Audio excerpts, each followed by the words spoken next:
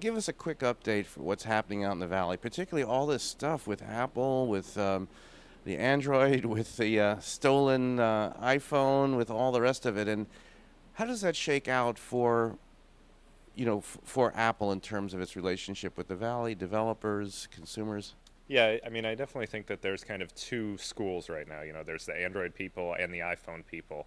They're kind of a little bit butting heads, and certainly the companies, above them, both Google and Apple, are also doing that. We've got Steve Jobs kind of calling out Android, saying they're trying to kill the iPhone, and now at the Google I/O, the big emphasis was obviously on Apple, and they need to beat the iPhone, and Android's coming out with all these updates, and of course working with Adobe and Flash, and kind of just going right in the face of Apple. But I think it's exciting.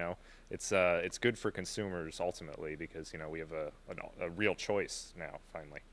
So might you consider ditching your iPhone? No, I'm still not ready to yet. At the Google I/O conference, they gave out the new Evo 4G phone, which is the newest Sprint Android device, which is supposed to be, the latest, greatest Android one. And it's nice. It's got like an 8 megapixel camera. It shoots some HD video. It's got some really nice features, but I still think there's something a little bit off that's just not quite as polished as the iPhone. Cool. Now, what about this whole Facebook privacy blow up? What's happening and where is that shaking out? Yeah, I mean, it's interesting from my perspective of it. I've been following a lot of the location stuff going on, and it's like, I found some code recently that they were definitely getting ready to launch their location-based stuff check-in service on Facebook. But I think that they might be postponing that a little bit because they're kind of afraid now of the backlash that will get, since they're seeing such a high level of backlash on all of these privacy issues. But it's not just them too. Google had that lapse with the Street View data being sent out. And then there's startups like Blippi and stuff. They're having a lot of privacy issues. But yeah, I mean, the thing that's going on with Facebook right now is pretty intense. But I do think that ultimately it will blow over. I mean, right now we're in the thick of things, but ultimately I think they'll move past this just as they have in the past with all of their different little controversies.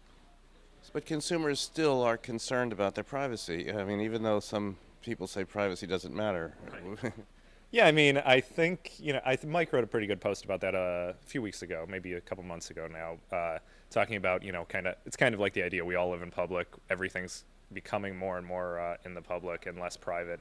And I do think that that's generally happening. I think it's happening, a little bit slower than some people would like, and that's maybe even Facebook. Obviously, they want people to share this data. It's good for them because obviously with their advertisers and different things that they're trying. But it's also good, I believe that they think anyway, for the web, because all this data being out there and being able to be openly shared just kind of makes the web a more cohesive place. And you can, use your data that Facebook has. You can use it on sites like IMDb or on CNN to give you better recommendations. So that's their take on it. I don't think it's a bad take. I just think that people aren't quite ready to be sharing all this stuff that Facebook wants them to right now. Okay, so speaking about the conference, it's about Disrupt. There's a great deal of disruption going on. When's it going to shake out, and what's going to come after the disruption? Can you look in your crystal ball? No, but seriously, are there any trends or things you'll be looking forward to following here at the conference?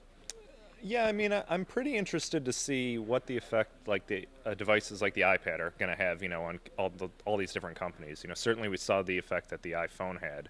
And everyone has to kind of make these mobile apps now or develop for mobile devices, and it'll be interesting to see what kind of development comes up based on the popularity of the iPad. It's still sold out everywhere. I'm sure it's sold out right now all over New York. It's definitely sold out in San Francisco and most of the country, I think. And so it's getting ready to launch worldwide. And so its popularity is finally being proven after everyone was kind of skeptical about how it would do. So I'm really interested to see what some of these bigger companies like AOL and Yahoo and some of the other guys who are here, how they plan on kind of attacking things from that front. Maybe they're not even thinking about it right now because it still is a pretty early in the market, but I think that that's something they'll eventually have to look to.